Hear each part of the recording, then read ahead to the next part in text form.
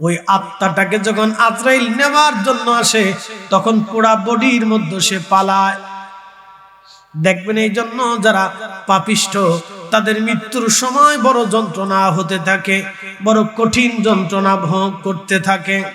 আল্লাহর নবী বললেন, একটা উট বিনা জবাইতে যদি তার চামড়া ছিলানো হয় ছুরি দিয়ে, বলেন তো আপনি জিন্দা, কিন্তু ছুরি দিয়ে ছিঁড়ে আপনার চামড়া উঠানো হলো।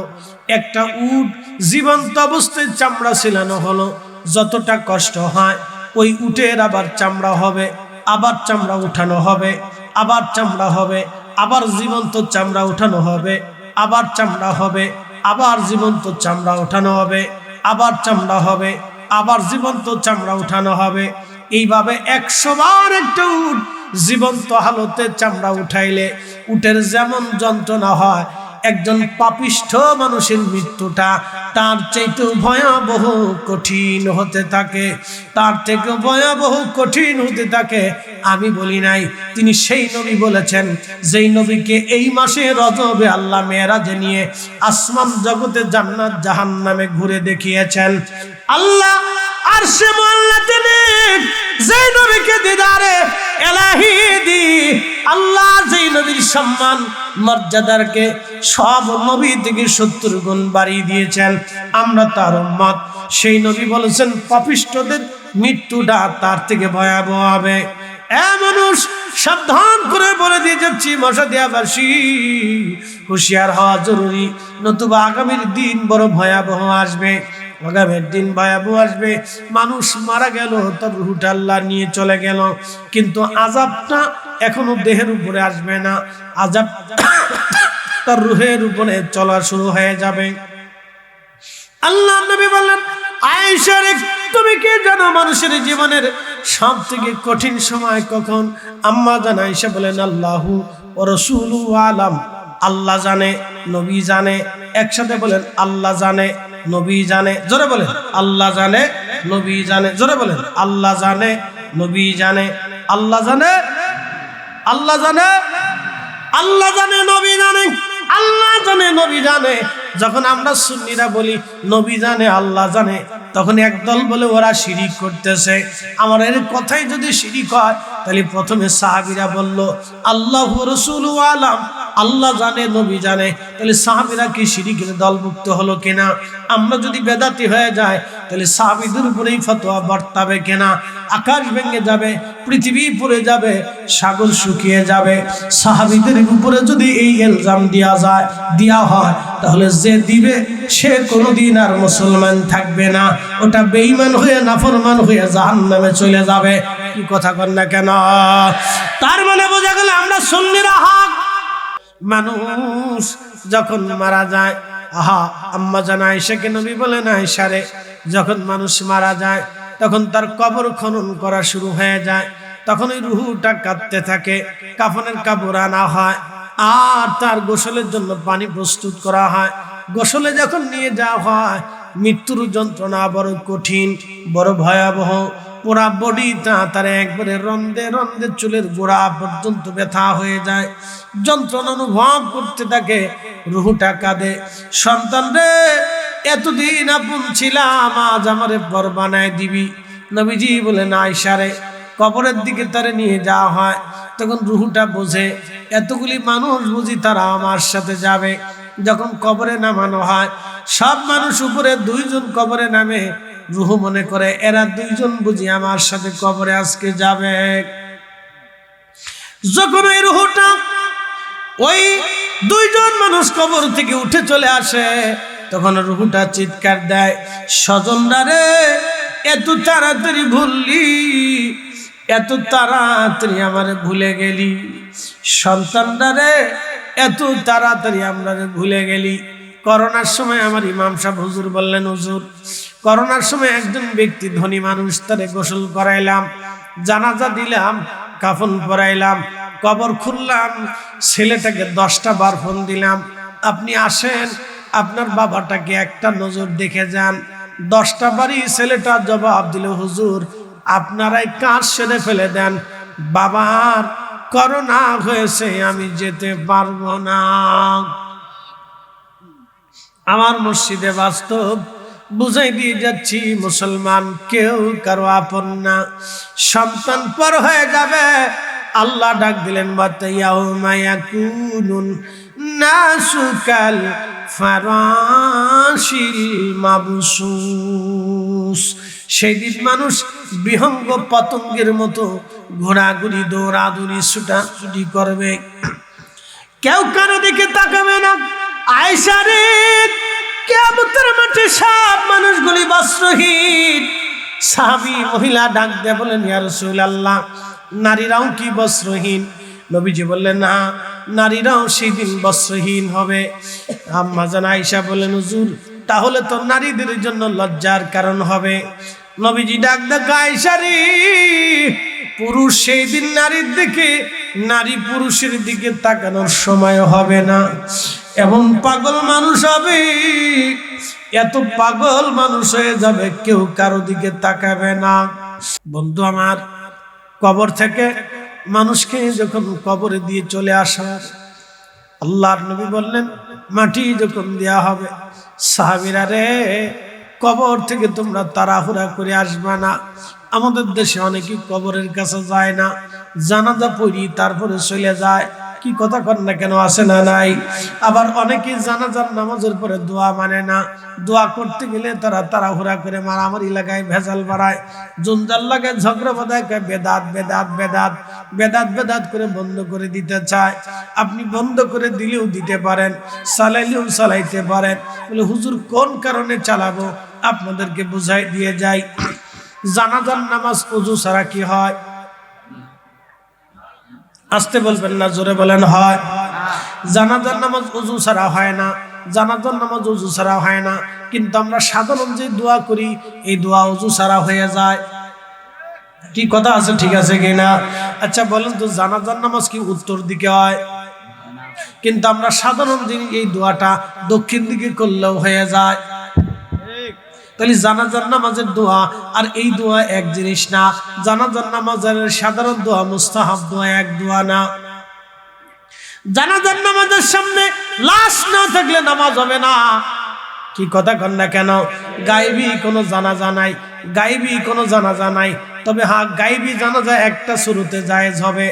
যদি কোন এলাকায় একজন মুসলমান মারা গেছে, ধরেন এমন একটা এলাকায় মুসলমান মারা গেল ভারতে, এমন একটা এলাকায় ওখানে শুধু হিন্দু আর হিন্দু, ওখানে আর কোনো মুসলমান নাই, জানা গেল ওই এলাকার একজনই মুসলমান ছিল, সে মারা গেছে, তার জানাজা হয় নাই, তার ওইভাবেই দাফন কাফন করে দিয়েছে। তখন অন্য অঞ্চলের মুসলমানরা একত্রিত হয়ে গায়েবী জানাজা আদায় করতে পারবে, নতুবা আর কোনো গায়েবী জানাজা ইসলামে নাই। হাজিরিন, গায়েবী জানাজা আমাদের জন্য আর নাই। ভাই আমার, ভালো করে শুনে যাবেন।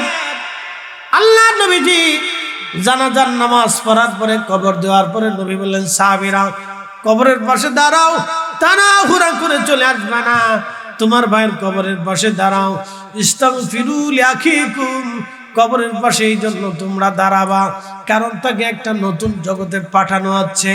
কিছু সময় পরে তার কবরে মুনকার নাকির আসবে, প্রশ্ন করবে, সে জবাবটা দিতে পারবে কিনা? আহা, বড় কঠিন, বড় কঠিন। মুনকার নাকির এসে তিনটা প্রশ্ন করবে, মার রাব্বুকা, আমা দীনুকা, মা কুনতা তাকুলু ফি হাক্কি হাযার রাজুল। এই জবাবটা আপনি দিতে পারবেন কিনা তৈরি হয়ে যান। আজকে যদি মারা যান, কালকে এই প্রশ্নের জবাব দিয়ে দিতে হবে। অথবা এখন যদি মারা যান, কালকে দুপুর হওয়ার আগে আপনাকে কবরে পাঠানো হবে, আমাকে কবরে পাঠানো হবে। এই প্রশ্নের জবাব আমরা দিতে পারবো কিনা?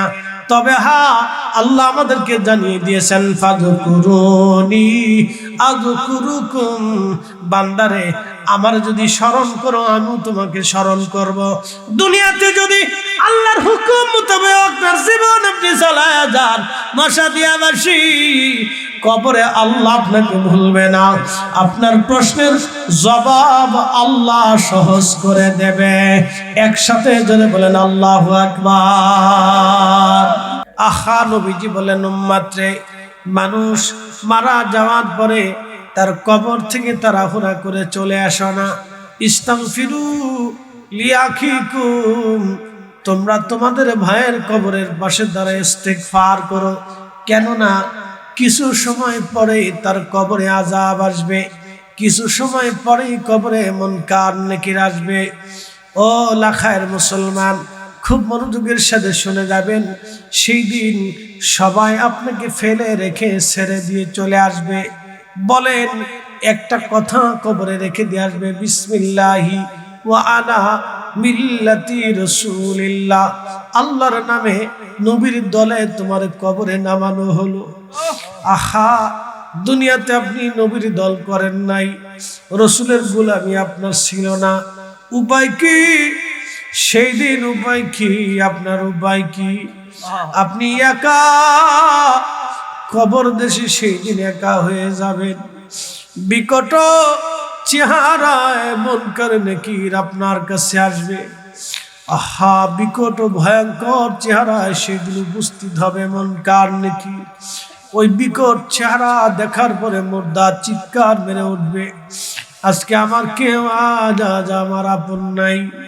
যদি ইমানদার হয়, আল্লাহ ডাক দিলেন, ফাদখুলি ফি ইবাদি ওয়াদখুলি জান্নাতি, আমার জান্নাতে আসো, আমার জান্নাতে চলে আসো। হাজিরিন, নবীজি আমাদের মা জননী বলেছিলেন, ইয়া রাসূলুল্লাহ, আমি আপনার জন্য আপনার থেকে একখানা জুব্বা নিয়ে আমি পরিষ্কার করে রাখছি। হুজুর, ওই জুব্বাখানা দিয়ে আপনি আমার কাফনের কাপড় পরাইবে। নবীজি ডাক দেয় বলেন, খাদিজা রে, তুমি সারা জীবন আমার খেদমত করেছো, সহায় সম্পদগুলি আল্লাহর রাস্তায় দান করে দিয়েছো, বিনিময়ে আমি রাসূল তোমার পেট ভরে খাইতে দিতে পারি নাই, দামি কোনো পোশাক কিনে দিতে পারি নাই রে খাদিজা, জীবনে ভালো কোনো খাবার আমি তোমার দিতে পারি নাই, ভালো একটা বাসস্থান দিতে পারি নাই, আসবাবপত্র তোমার কিছু আমি দিতে পারি নাই। শিয়াবে আবি তালিবের ভিতরে 2টা বছর অনাহারে ওয়াদাহারে গাছের পাতা খেয়ে আমার সংসার করছো। খাদিজা রে, আজকে যদি পুরান কাপড় দিয়ে তোমার দাফন করি, মক্কার মানুষ বলবে মুহাম্মদ কত বড় নিষ্ঠুর, তার বিবিকে পুরান কাপড় দিয়ে কাফন পড়াইছে। আম্মা জান ডাক দিয়ে বলল,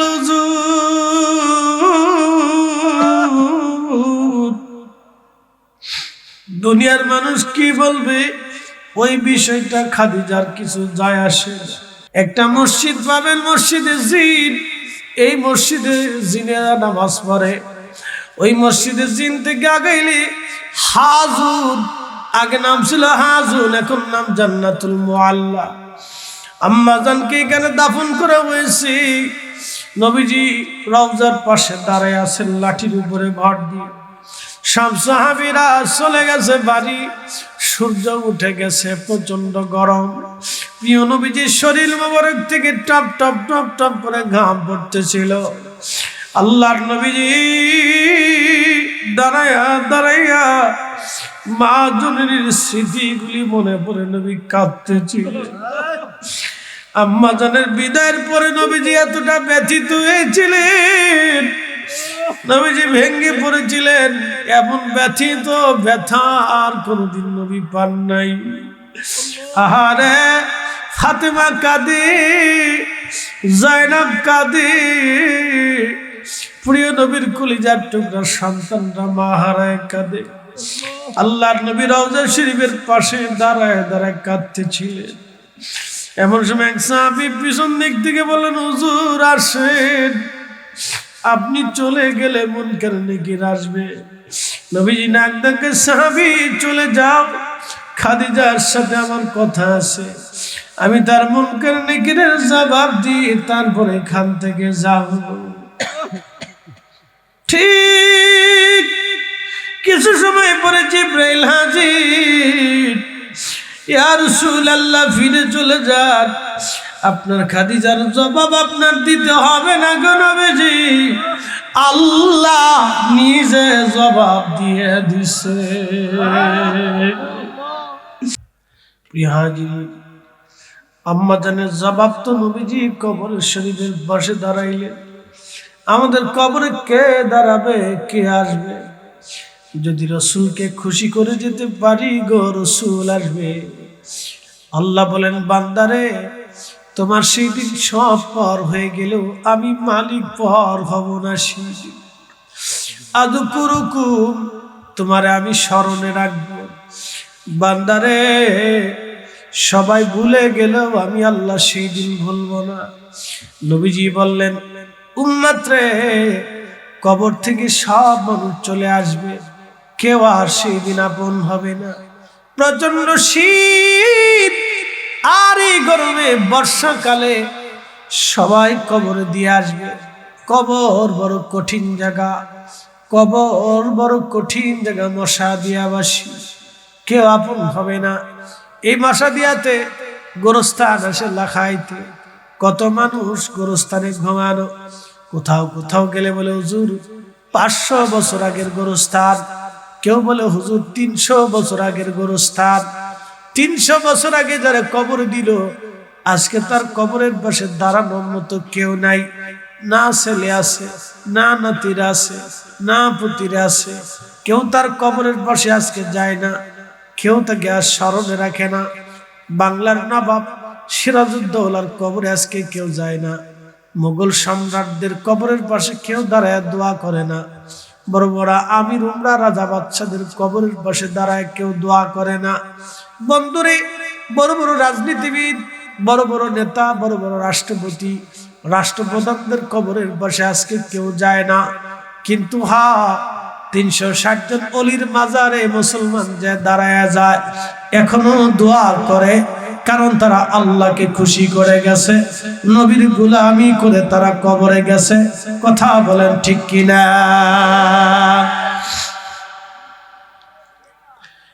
এলাকার মুসলমান, ঠিক একদিন আমরা কবরে চলে যাব। মশাদের মা বোনের আগো, একদিন আপনি কবরে হারিয়ে যাবেন। আপনার এই রূপ সৌন্দর্য মানুষ ভুলে যাবে, কিছুই মনে রাখবে না। অতল গহ্বরে নিক্ষিপ্ত হবেন আপনি। আল্লাহকে খুশি করে যান, আল্লাহ রসুলকে রাজি করে যান। কবর বড় কঠিন জায়গা। উসমান গনি জিন্নুরাইন রাদিয়াল্লাহু আনহু নবীজি মহাব্বত করে তার সাথে 2টা কন্যা শাদী দিয়েছিলেন। তিনি এতটা শরীফ ছিলেন, এত সুন্দর ব্যবহারের অধিকারী ছিলেন, এতটা দানশীল ছিলেন, এতটা আল্লাহর ভয়ে তিনি কাজ করতেন, এতটা আল্লাহ ভক্ত ছিলেন। আল্লাহর ভয়ে উসমানের চোখ দিয়ে পানি পড়ত। তার মতো মহান ব্যক্তির কাছে নবীজি 2টা নূর কন্যা শাদী দিলেন।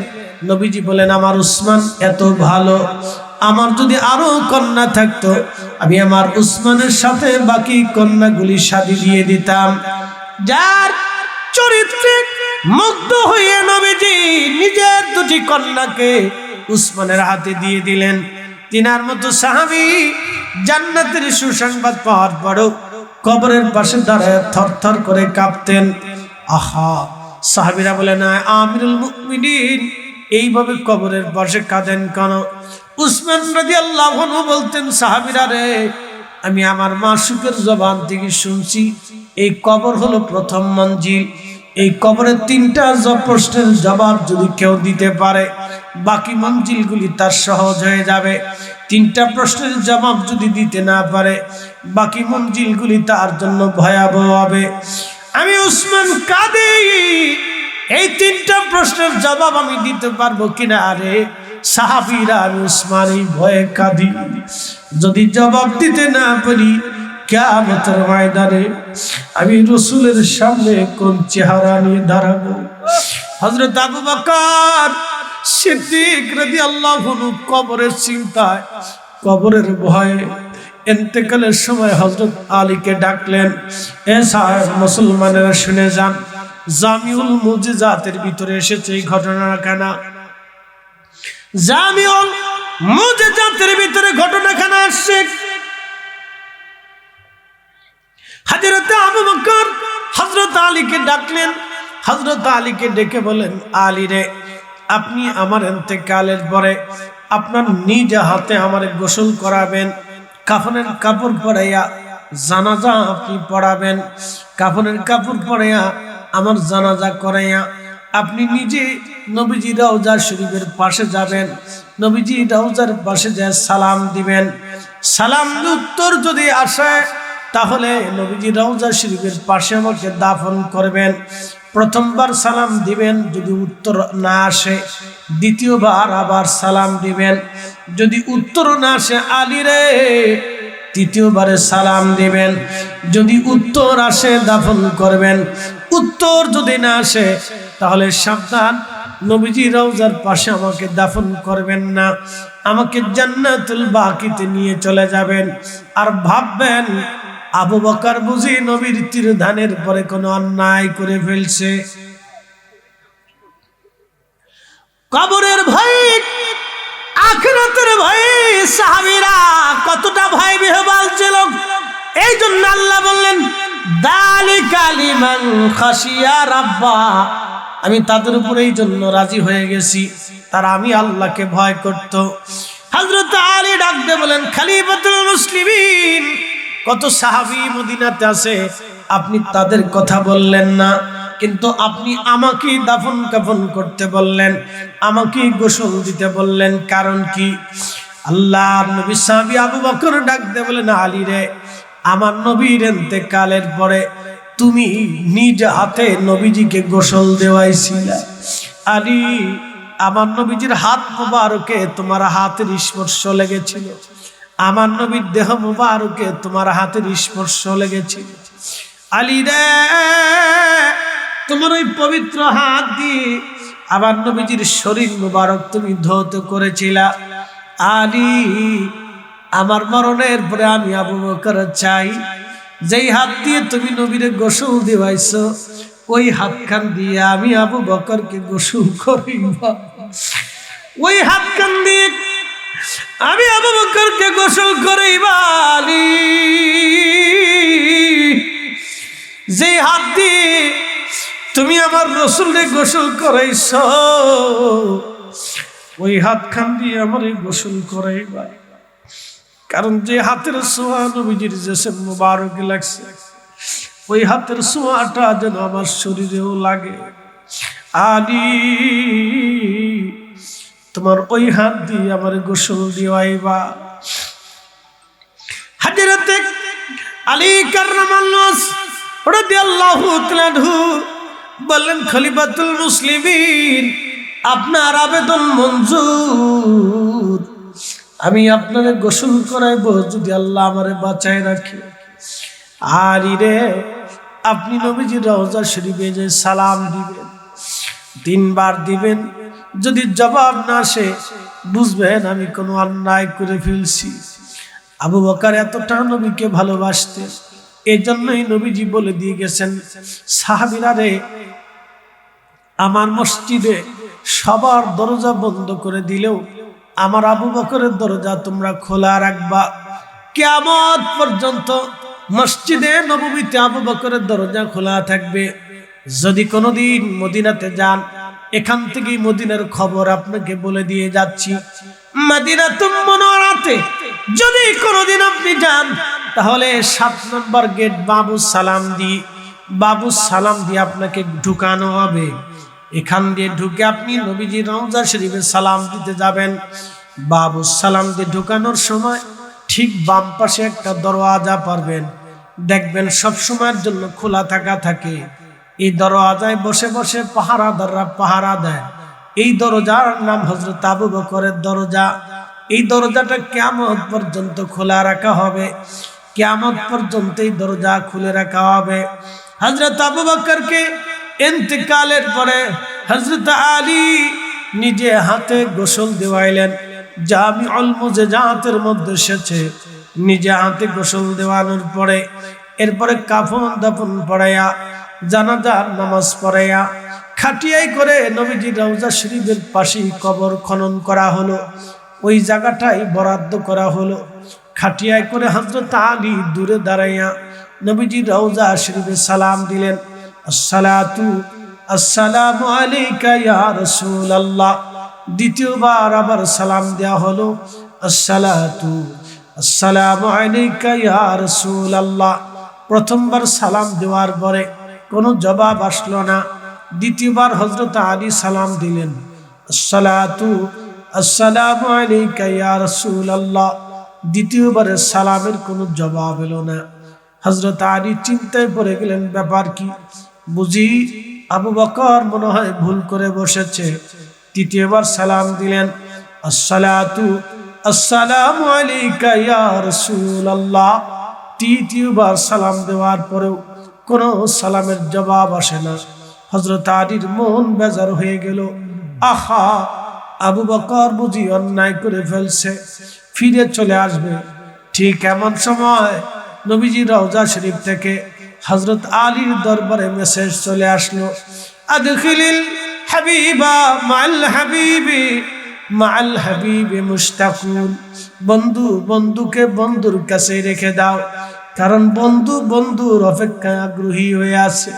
নবীজি বলতেছে, আলী রে, আমার আবু বকরকে আমার পাশে শুয়াও, আমি আবু বকরের জন্য অপেক্ষায় আছি। একবার জোরে বলা যাবে কি ইয়া রাসূলুল্লাহ? না না, যে জবান খুলে বলবেন না, জবানে ঠাটা যেন পড়ে যায়।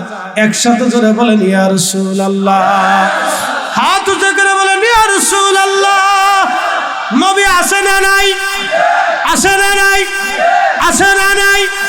যতদিন হায়াত থাকবে ততদিন দুরূদ সালাম আমরা পড়তেই থাকবো। কথা বলেন ঠিক কিনা? এ মুসলমান, কবরের চিন্তায় প্রত্যেকজন সাহাবীর জিন্দেগির হালত কত কঠিন ছিল আপনি চিন্তা করেন। নবীজি বলেন, উম্মতরে নাহাইতুকুম আন জিয়ারাতিল কুবুর, কবর জিয়ারতকে নিষেধ করতাম। ফাজুরুহা, তোমরা কবরের পাশে দাঁড়াও, কবর জিয়ারত করো। আমাদের দেশে একদল আছে যারা বুকে হাত বেঁধে নামাজ পড়ে, 8 টাকার তারাবি বানাইছে। ওদের দাবি হলো তোমরা কবরের পাশে যাইয়া শুধু সালাম দিবা, আর বাকি যা করবা সব বেদাত। তার মানে কি বুঝলেন? ওদের একটা উদ্দেশ্য আছে। উদ্দেশ্য হলো জমিন থেকে দোয়া উঠাই দেওয়া। আর আমরা সুন্নিদের একটা উদ্দেশ্য আছে, জমিনে রাসূলের সুন্নত দোয়া জিন্দা রাখা। এই জোরে বলেন ঠিক কিনা?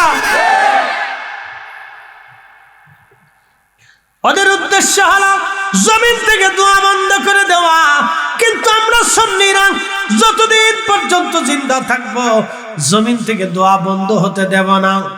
কারণ দোয়া বন্ধ করলে শয়তানের লাভ হবে, ইমানদারদের লস হয়ে যাবে, বাবা মার হক আদায় হবে না। এইখানে একজনও ব্যক্তি বুকে হাত দিয়ে বলতে পারবে না যে হুজুর আমি আমার বাবা মার 100% খেদমত আদায় করছি। বলেন কিভাবে পারবেন?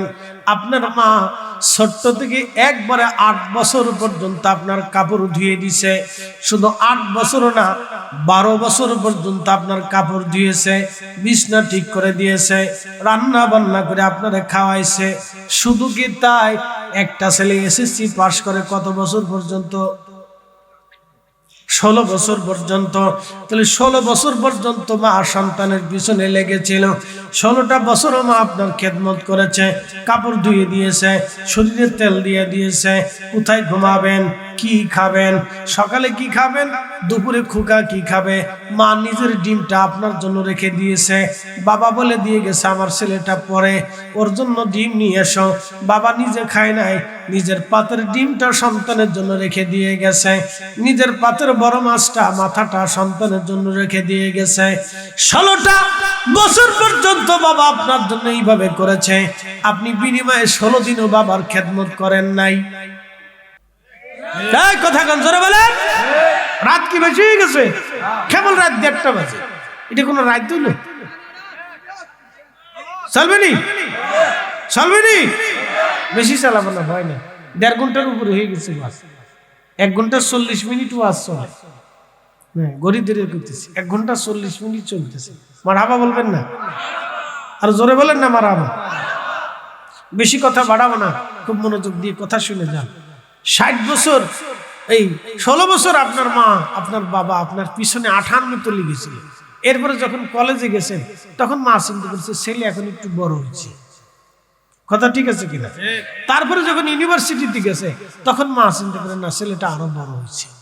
যখন ইউনিভার্সিটি পাস করছে তখন দুই স্বামী স্ত্রী চিন্তা করে ছেলেটা বড় হয়ে গেছে, বিয়ে দিতে হবে, ঠিক আছে কিনা? ছেলেটা বড় হয়েছে, বিয়ে দিতে হবে। এরপরে সোনার শব্দ বউ একটা ঘরে আনার পরে এই লাগিয়ে গেল যুদ্ধ, ওরে বেডির বেডি। সারা পৃথিবীর অন্যান্য দেশের মহিলারা চিন্তা করে যে কিভাবে উদ্যোক্তা হবে, ব্যবসায়ী হবে, হ্যাঁ, বড় বড় খামার তৈরি করে নারীরা দেখবেন কাজ করে। মালয়েশিয়ার দেখেছি ও দেশের নারীরা ধান লাগায়, ধান চাষ করে, ব্যবসা করে, বাণিজ্য করে, লেখাপড়া করে, ডক্টর ডাক্তার বড় বড় ইঞ্জিনিয়ার মেধাবী, হ্যাঁ, তারা কত সুন্দর দেশে বড় বড় বিজনেসম্যান। আর আমাদের দেশের বিডিরা ঘরের ভিতরে বসে বসে চিন্তা করে শাশুড়িকে ঘর থেকে কেমনে বের করা যায়, এই পরিকল্পনা ছাড়া আর কোনো পরিকল্পনা নেই। ও শুধু এটাই পারে। আর ননদরে কেমনে বাড়িতে আসতে দেওয়া যাবে না, শুধুই চিন্তা। ভাইয়ের কাছে বোনের বিরুদ্ধে যে কত নালিশ দেবে, বানায় বানায় 2-4টে বলে তোমার বোনে এটা কইছে, এটা কইছে, এটা কইছে, এটা কইছে, 4টে কয় সত্য, 6টা কয় মিথ্যা। এই জন্য বিশ্বাস করবেন না সব কথা, খালি বলুন হ্যাঁ ঠিক আছে ঠিক আছে, ও দেখতেছি আমি দেখতেছি। পরে ফোন দিয়ে বোন রে তুই চিন্তা করিস না, টাকা ওই বিকাশে পাঠাই দিলাম 2000, বাচ্চা কাছে নিয়ে খাইস।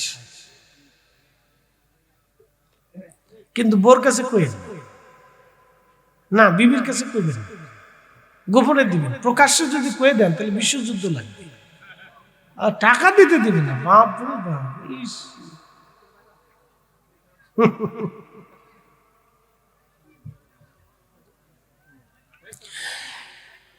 মুসলমান খুব মনোযোগ দিবেন, একসাথে জোরে বলেন আল্লাহু আকবার, আরো জোরে জোরে জোরে জোরে আরো জোরে চলবে। হুজুর বেডিরা চিন্তা করলো হুজুরের আসতে তখন ভালো আছে, আইয়া আমরা ডাইরেক্ট অ্যাকশন মেরে দিল। কারণটা কি? রান্না বান্না মনে আজকে ভালো হয়েছে না, না রান্না ভালো হয়েছে, খাইছি ভালো, রান্নাও ভালো, অসুবিধা নেই, কিন্তু হক কথার বেলায় কাউকে সারা যাবে। ভালো করে শোনা, আমাদের দেশের নারীরা চিন্তা করে কিভাবে সেইভাবে করা যায়, শ্বশুরে কিভাবে তাড়ানো যায়। কয়েকদিন আগে দেখলাম একজন ঢাকা কলেজের সাবেক ইংলিশ মিডিয়ামের প্রফেসর, কি বুঝলেন, ঢাকা কলেজের ইংলিশ মিডিয়ামের প্রফেসর, তিনি রাজবাড়ির ট্রেন স্টেশনে বসে আছে। সাংবাদিক জিজ্ঞেস করলো ছেলেরা আছে, বলে 3টা ছেলে। এইখানে কেন? বলে ছেলেদের কথার ওজন আমি আর নিতে পারতেছি না। শিক্ষিত মানুষ তো, বলে ছেলেরা যা বলে ওদের কথার ওয়েট ওজন আমি সহ্য করতে পারি। শিক্ষিত মানুষ না, ভেঙে চুরে বলতে পারেনি, যা বলছে বলে ফেলছে যে আমার ছেলেদের কথার ওজন আমি আর ওয়েট নিতে পারতেছি না, সহ্য করতে পারতেছি না, এর ভার আমার সহ্য হচ্ছে না, এই জন্য ঘর থেকে চলে আসছি। তাহলে বুঝেন এই বৃদ্ধকে ছেলেরা কি পরিমাণে নির্যাতন করেছে তার কোনো হিসাব নেই। হ্যাঁ, কথা কর না কেন? আর এক বৃদ্ধাশ্রমে না, বৃদ্ধ কাজ করে। সাংবাদিক জিজ্ঞেস করলো আপনি কেন এই ফাটাপুতে আসেন, ফাটাপুতে আসেন, বিডিরা বাড়ে, এটা ধারায় কিছু লোক আছে না গ্রামে গ্রামে ঘুরে ঘুরে এটা ধার দেয়, তো ওই বৃদ্ধই কাজ করে। তো সাংবাদিককে জিজ্ঞেস করলে বৃদ্ধ বয়সে ছেলে সন্তান কয়টা? 8টা, 4টে মেয়ে 4টে পুলা। 8টা সন্তানের কাছে আপনার এই জায়গা হলো না? বললো যে না, আমি এদেরকে বিয়ে দিয়ে দিছি শ্বশুর বাড়ি, তো আমি ওখানে যেতে পারি না, মেয়েরা আমার খোঁজ খবর নেয়, ফোনে কথাবার্তা বলে, ওরা যেতে বলে কিন্তু আমি যাই না, কারণ মেয়েদের সংসার আছে ওখানে, আমি যে থাকলে জামেরা কি ভাববে, এই জন্য আমি যাই না। তা বলো ছেলেরা কয়, বড় ছেলেটা বড় চাকরি করে, আমি বড় ছেলেটার বাসায় গিয়েছিলাম, যাওয়ার পরে বৌমা আমাকে দিয়ে বাজার করায়। তা আমি চিন্তা করলাম না, ঠিক আছে আমি বসেই থাকি, বাজার সদাই একটু করি, ঘোরাফেরা করলে ভালো লাগে। তো আমি প্রত্যেকদিন বাজার সদাই করি, বাজারে টাজারে নাতিপুতি নিয়ে ঘুরি টুরি, ভালো লাগে। কিন্তু বৌমা আমাকে সন্দেহ করত। এই বাজারের টাকা বাজার করে আসার পরে পুঙ্খানুপুঙ্খ হিসাব নিতে, এটা কত কত কত কত কত কত, তা আমিও তার হিসাব বুঝাই দিতাম যে বৃদ্ধকালে হিসাব না বোঝানোর কি আছে, বৌমা হিসাবই মানুষ, তা ভালো লাগতো যে ঠিক আছে বৌমা হিসাব বুঝে না, এটাও ভালো, মেনে নিলাম। কিন্তু একদিন 10টা টাকা আমার পকেটে পড়েছিল অতিরিক্ত। তো চিন্তা করলাম ছেলের 10টা টাকা, বেশি টাকা তো না, 10টা টাকা অতিরিক্ত পড়ে আছে, আমি এটা বৌমাকে ফেরত দেয়নি। বৌমা এটা পরে আমার পকেটে পাওয়ার পরে বললো, বাবা আপনি টাকা চুরি করেন। তো পরে শেষে আমি ছেলেটাকে ডাক দিয়ে বললাম, বেটা রে, আমার 8টা সন্তান তোমরা ছিলা, তোমাদের ভরণ পোষণ, খাবার দাবার, কাপড় চুপড়, লেখাপড়া, সংসার, বিয়ে শাদী, চাকরি বাকরি সবকিছু দিলাম বাবা, আমি সময় টাকা চুরি করিনি। 8টা সন্তানের বেলায় বাবা আমি টাকা চুরি করি নেই বাপরে, তোমার বাজার করতে এসে 10টা টাকা আমি চুরি করে ফেলছি না বাবা, অনেক টাকাই মনে হয় চুরি করছি, যা হোক তোমাদের ছোট্ট সংসার, এখানে থাকলে মনে হয় তোমাদের খুব কষ্ট হবে, তা আমি চলে যাচ্ছি। তো ছেলেটা বললো, বাবা আপনারই তো বৌমা, কি বলবো আমি তো নিরুপায়, তো আপনি মনে কিছু নিয়েন না। ছেলেটা আমাকে অনুরোধ করলো, আমি বললাম, না বাবা এখানে থাকলে আমার বৌমাটা কষ্ট হবে, তো তোমার সংসারে অশান্তি বাঁধবে, তা আমি চলে যাই। তা আমি এসে পাটাপোতার কাজ করে ভালো আছি। বাবা তো হাসতেছে, কিন্তু বুকের ভিতরে তো অনেক বড় ব্যথা। কথা ঠিক আছে কিনা? মুরব্বী তো হাসতেছে, কিন্তু তার ব্যথা তো অনেক বিরাট। শোনে, বৃদ্ধকালে সন্তানের কাছ থেকে পিতামাতা দূরে থাকা, এর থেকে বড় আযাব দুনিয়াতে কিছু হতে পারে। কথা বলেন ঠিক আছে কিনা? এর চেয়ে বড় জুলুম ওই ব্যক্তির সাথে আর কিছু হতে পারে না। যারা এই কাজ করে সন্তান থেকে পিতামাতাকে দূরে রাখে এবং সন্তানরা পিতামাতা থেকে দূরে চলে যায়, আমি মনে করি ও মানুষ না মুসলমান আমি নিজেও বলতে পারি না। কি কথা কন না, মানুষের কাতারে পড়ে, মানুষের কাতারে, এই জন্য মানুষই তো ওয়াজ যেটাই শোনেন, রাত 1:45 বাজে, যেটাই শোনেন মানুষই তো ওয়াজ শুনে চলে গেলেন আর বাড়ি পর্যন্ত নিলেন না, তা হবে না। হাজি হজে চলে গেছে, হজে যাইয়া হাজরে আসওয়াদের সুমা দেওয়ার জন্য হাজি খুব পাড়াপাড়ি করে যুদ্ধ করে, আছে না ভাই? আছে। হাজরে আসওয়াদের সুমা দেওয়ার লেগে ওই সময় খুব ধাক্কা ধাক্কি, পাড়াপাড়ি, গুতাগুতি হয়। কে কেমনে হাজরে আসওয়াদের সুমা দিবে? এক হাজি এসে আমার দিছে, হুজুর দিছি। কি দিছেন? ফিটাফিটি করছেন নাকি? না হুজুর, হাজরে আসওয়াদের সুমা দিছি। মাশাআল্লাহ, ভালো কাম করছেন, খুব ভালো হয়েছে। কেমনে দিলেন? আমি জোয়ান মানুষ পারিনি, আপনি দিলেন।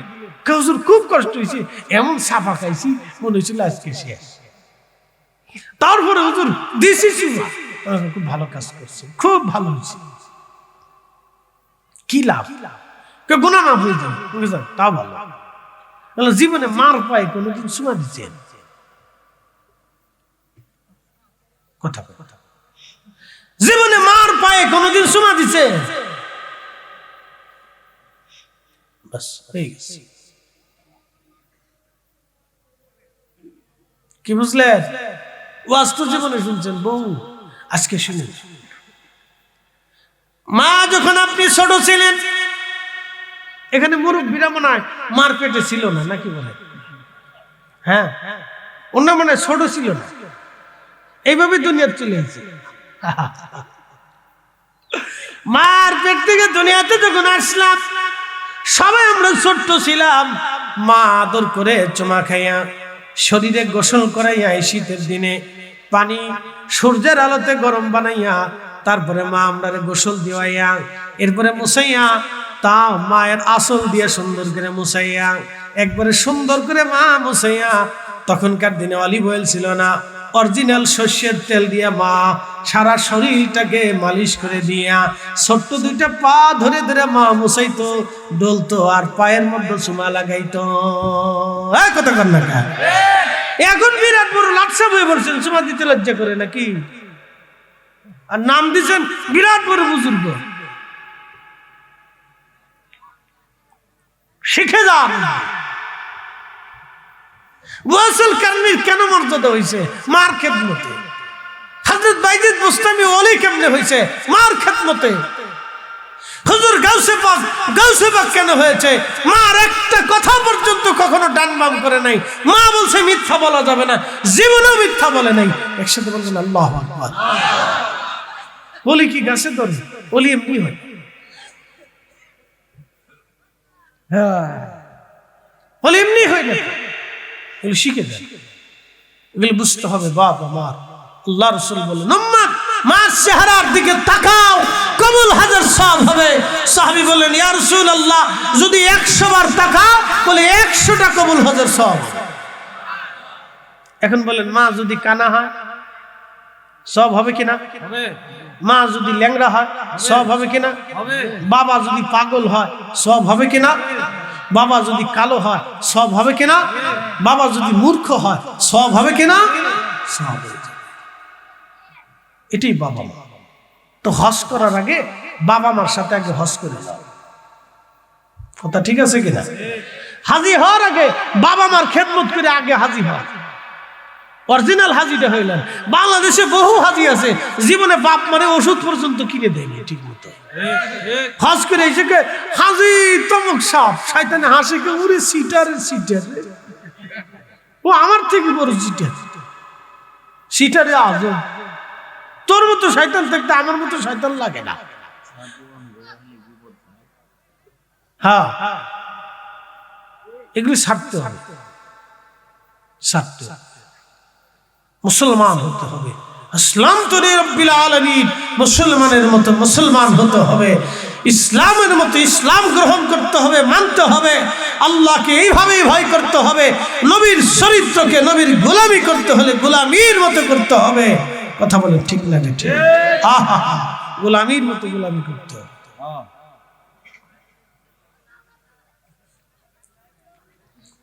প্রিয় উপস্থিতি হাজিরিন,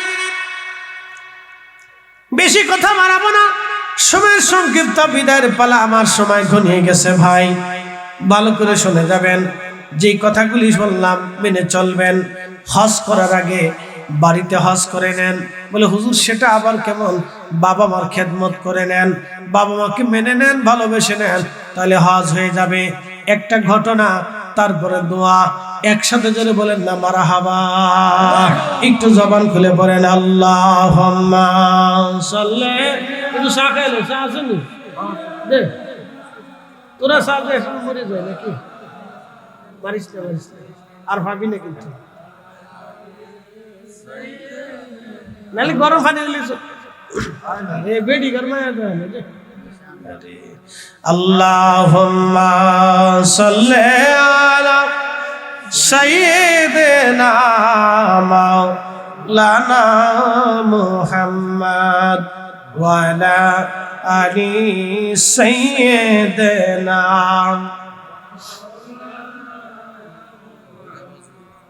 দুই ভাই কাবা শরীফে গেলেন, খোদার ঘর ধরে জিয়ারত করলেন, তাওয়াফ করলেন, খোদার ঘর ধরে কাবা শরীফ ধরে দোয়া করলেন।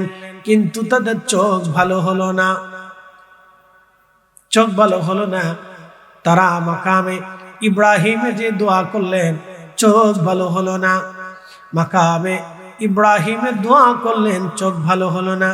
সাফা মারওয়াতে দোয়া করলেন, চোখ ভালো হলো না।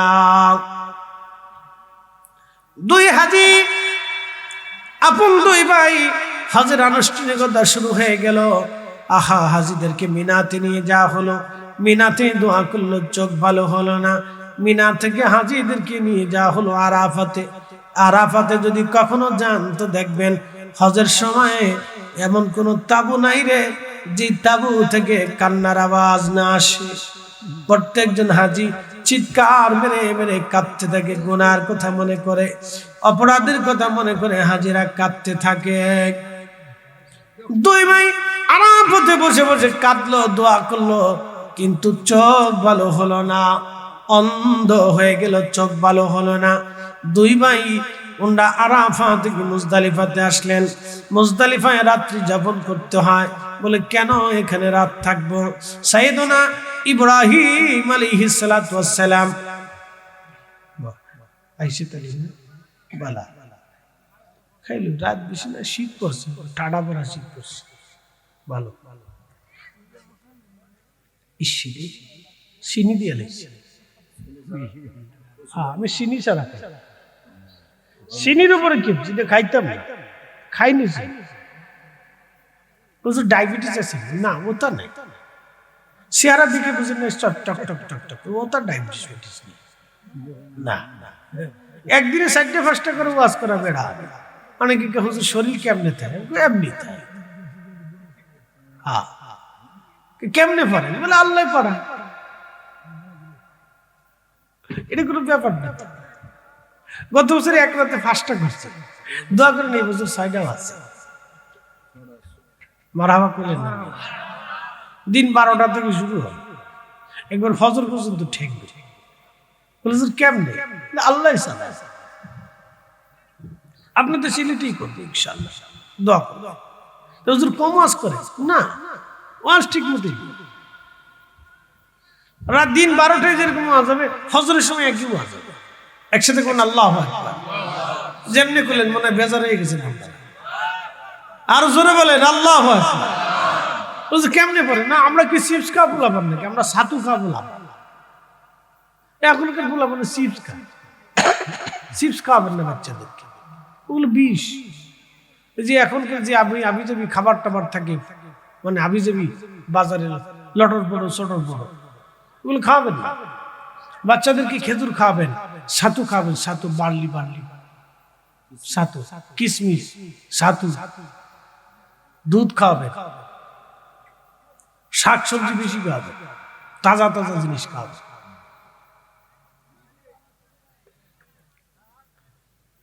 এখনকার পোলাপানের কথা কইলাম, ও রাত ভরে ফেসবুক টিভি, ও আছে কিছু। হ্যাঁ, কয়েকদিন পরে এমনি ডায়াবেটিস হয়ে দিল। হ্যাঁ, শুনে যান, আরো প্রবলেম আছে, এগুলি বললে শরম পাবে। ভবিষ্যতে প্রবলেম আছে, অনেক প্রবলেম আছে। বেহুদে রাত জাগবে না, পড়াশোনা করে। এই লেখাপড়া বেশি রাত পর্যন্ত লেখাপড়া আবার ঠিক না, তার মেধা হয় না। রাত 12টার সময় যেটা পড়বেন, আগেরটাও মনে থাকে না, পরেরটা মনে থাকে না। একবার 10টা পর্যন্ত পরে শুয়ে পড়বেন, প্রয়োজনে শেষ রাত্রে ফজরের সময় তাড়াতাড়ি উঠবে, ভালো থাকে। কে আসে? না রে যে এমনি কইতেছেন, ডরাচ্ছেন আপনারা। না রে না রে, সভারত্নের আগমন, যেরকম সভারত্নের আগমন।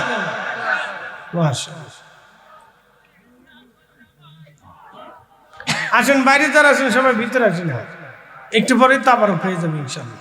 আর দেরি করিস না তোরা, কুয়াশা বলছে, কোলাবান অপেক্ষা আছে। দুরুশে পড়েন আল্লাহুম্মা সাল্লি আলা, হে জবান খোলে জোরে জোরে,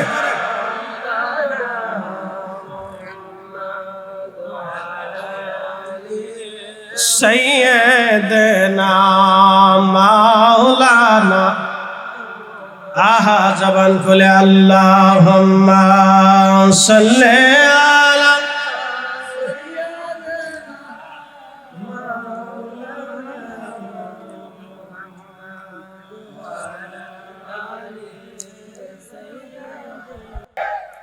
ইয়া রাসূলুল্লাহ ইয়া হাবিবাল্লাহ, ইয়া রাসূলুল্লাহ ইয়া হাবিবাল্লাহ, ইয়া রাসূলুল্লাহ ইয়া হাবিবাল্লাহ। পাই যদি নবী গো আপনার দিদার, মউত যাতনা থাকিবে না আমার, দয়া যে করিয়া দিও গো দিদার।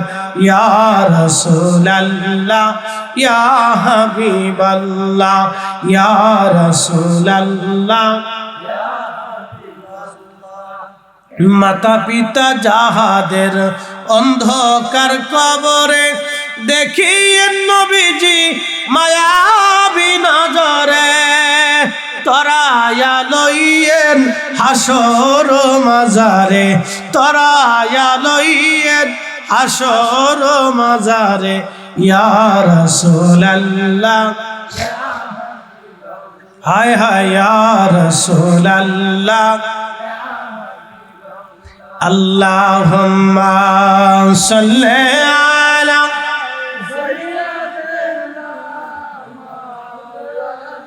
হ্যাঁ জবান খুলে ওয়া আলা আলি সাইয়্যিদিনা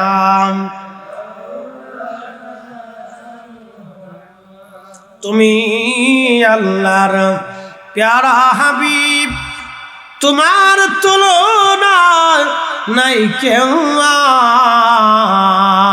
আর তোমার মতো আকাশ ভ্রমণ করেনি কোন পয়গম্বর আল্লাহুম্মা